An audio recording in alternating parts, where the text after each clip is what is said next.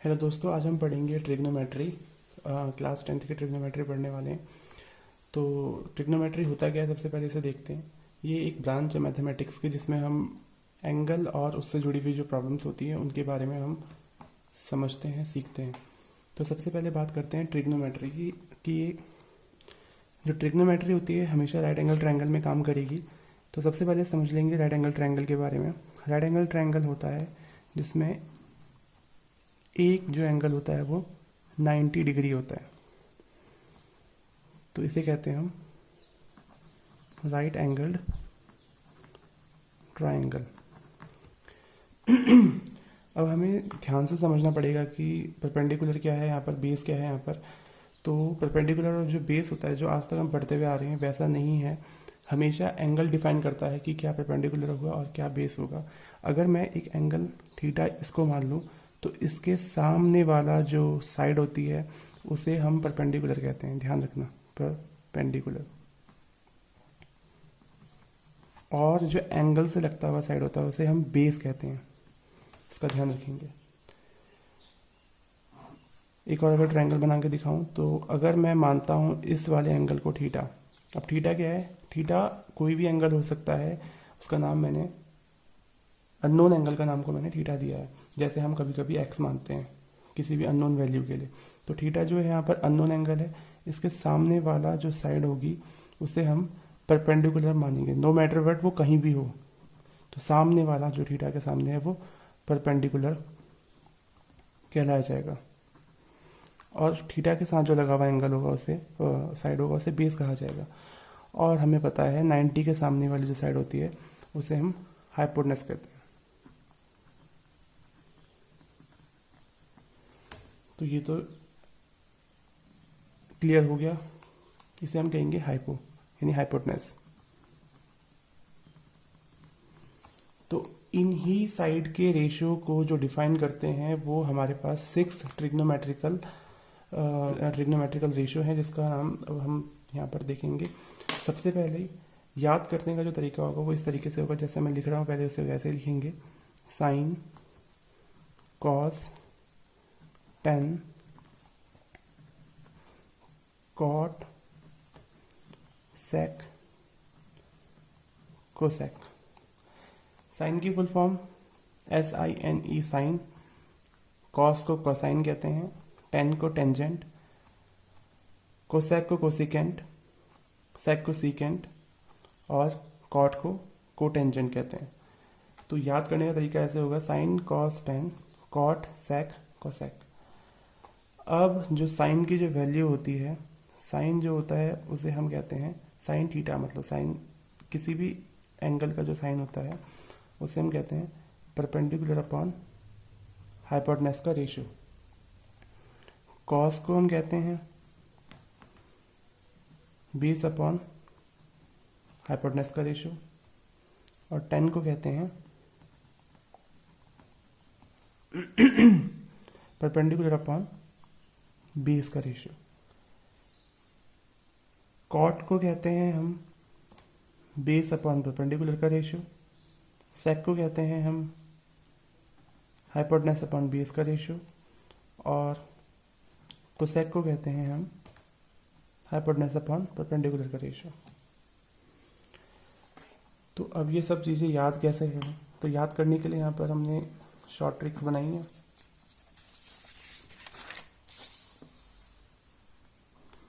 याद करने के लिए बहुत अच्छी शॉर्ट ट्रिक है हमारे पास। कहते हैं पंडित बद्री प्रसाद हर हर बोले, सोना चांदी तोले। तो इस तरीके से हम याद कर सकते हैं। S for sine, C for cos, and T for tan. तो साइन का रेशियो सेम इधर ये है, कॉस का रेशियो ये है, और टेन का रेशियो ये है। और जो मैंने सीक्वेंस आपको याद करवाई थी, sign, cos, tan, cot, sec, cosec. तो ध्यान रखना, जो टेन है वो कॉट का उल्टा है, या फिर कॉट टेन का उल्टा है। तो कॉट हो जाता है हमारे पास, कॉट टेन का उल्टा है, तो इसका मतलब बेस अपॉन परपेंडिकुलर। तो कॉट थीटा हो जाएगा बेस अपॉन परपेंडिकुलर। और सेक है उल्टा कॉस का, तो कॉस यहाँ पर है बेस अपॉन हाइपोटेनस, तो सेक थीटा हम कह देंगे हाइपोटेनस अपॉन बेस। ऐसे ही कोसेक थीटा जो होगा वो साइन का उल्टा होता है, तो साइन परपेंडिकुलर अपॉन हाइपोटेनस है, तो हम इसे कह देंगे हाइपोटेनस अपॉन परपेंडिकुलर। अब बात करते हैं power of T ratio, power of trigonometrical ratio की। तो पावर ऑफ टी रेशियो में देखते हैं, अगर हम साइन थीटा का होल स्क्वायर करेंगे तो इसका मतलब ये नहीं होता कि हम एंगल का स्क्वायर करें, इसका मतलब ये है कि साइन स्क्वायर थीटा, इस तरीके से, यानी साइन 45 डिग्री है अगर कहीं पर लिखा हुआ, तो साइन 45 डिग्री का स्क्वायर होगा साइन स्क्वायर 45 डिग्री। तो स्क्वायर यहाँ नहीं लगेगा, ध्यान रखना, एंगल पे स्क्वायर नहीं लगता है। या हम ये भी कह सकते हैं sine theta is equal to perpendicular upon hypotenuse, तो sine square theta is equal to perpendicular upon hypotenuse का स्क्वायर। अब हम समझने वाले हैं quotient relation of T ratio के बारे में। तो ध्यान रखना, quotient relation of T ratio बाकी कुछ नहीं है, हमें सिर्फ इसका फॉर्मूला याद रखना है। हमें पता होना चाहिए कि टेन थीटा जो होता है वो होगा sine theta upon cos theta, बस दैट्स ऑल।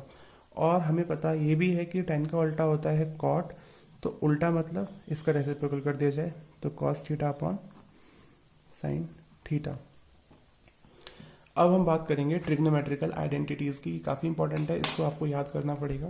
तो ट्रिग्नोमेट्रिकल आइडेंटिटीज़ देखते हैं यहाँ पर।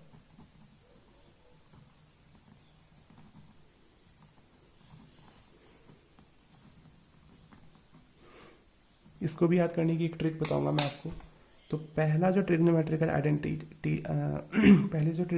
आइडेंटिटी है उसको तो हमें याद करना पड़ेगा, sign square theta plus cos square theta, इसकी वैल्यू 1 होती है, इसका आप ध्यान रखेंगे। दूसरी आइडेंटिटी को याद करने के लिए बहुत अच्छी ट्रिक है हमारे पास, 1 प्लस टेन स्क्वायर थीटा, ये होता है सेक स्क्वायर थीटा। कैसे होता है देखेंगे, देखो जैसे मैंने आपको सीक्वेंस याद करवाया था, 10 पे अगर हम कुछ जोड़ेंगे तो हम आगे पहुंचेंगे, तो इस तरीके से हम इसको याद कर सकते हैं। ये एक ऐसी देसी मेथड है पर याद करने के लिए काफ़ी बेहतर है। तो 1 में अगर हम मतलब किसी में भी कुछ जोड़ते हैं तो हम आगे पहुंचते हैं, तो 10 में हमने जोड़ा तो सेक में पहुंच गए। और तीसरी जो आइडेंटिटी है वो है 1 plus cot square theta is equal to cosec square theta. तो सी वाले एक साथ रहेंगे, ये हमको याद करना पड़ेगा इस तरीके से कि 1 plus cot square theta is equal to cosec square theta. अब कॉसेक कभी कभी यहाँ गलती से आ सकता है, तो उसको याद करने के लिए है कि छोटे में जब जोड़ेंगे तो बड़ा अक्षर आएगा, तो 1 plus cot square theta is equal to cosec square theta. चलिए अब कुछ क्वेश्चन सॉल्व करते हैं हम लोग। चलिए क्वेश्चन देखते हैं, इसको सॉल्व करते हैं। हमें गिवन है साइन ए की वैल्यू जो कि है 8/17, और उसने कहा इस क्वेश्चन में कि बाकी जितने भी रेशियोज हैं वो निकाले जाएं। यानी साइन तो हमें गिवन है कॉस 10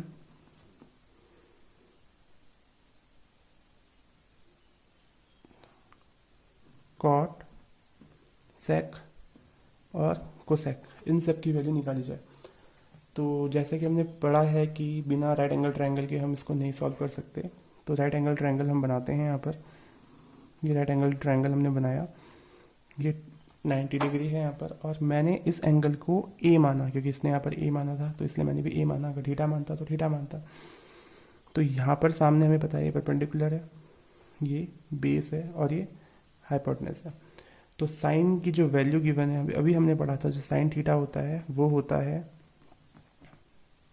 साइन थीटा होता है परपेंडिकुलर अपॉन हाइपोटेनस। तो इसका मतलब जो परपेंडिकुलर है वो 8x हो जाएगा।